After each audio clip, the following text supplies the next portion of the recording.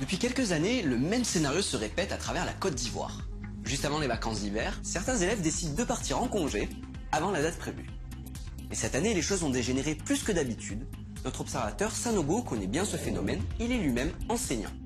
Tekouvé d'abord c'est une commune d'Abidjan où le proviseur du lycée municipal a tenté d'anticiper un peu ce que les enfants ont l'habitude de faire chaque année, chaque moment à l'approche des congés, où ils vont anticiper le départ en vacances. Et le proviseur a trouvé bon de faire venir des commandos marins à l'intérieur de l'école pour dissuader les enfants. Malheureusement, ça a été l'effet contraire et les enfants n'ont pas apprécié la présence des corps habillés dans l'enceinte des établissements. Donc les enfants ont commencé à réagir en les lapidant. Pour se dégager, les corps habillés ont tenté de tirer en l'air. Il y a des enfants qui ont commencé à s'évanouir et puis il y a d'autres qui prenaient le risque même de sortir pour les affronter. Tout ça, ce n'est pas beau à voir dans une école. Sanogo a été témoin d'une scène similaire dans le collège dans lequel il travaille à Agboville en 2016.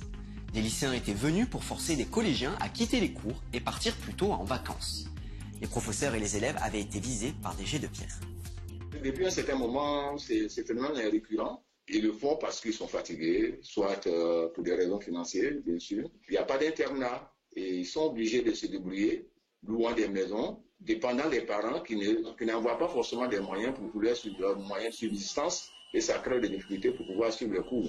Et je me rappelle qu'une fois même, il y a eu des grèves de ces gens à Beauville, où j'ai même demandé aux enfants qu'est-ce qui se passe. On m'a dit tout simplement que notre argent de poche est fini, le sac de riz est fini, et il est mieux qu'on retourne voir nos parents. Voilà des situations auxquelles on assiste souvent lorsqu'on enseigne en Côte d'Ivoire.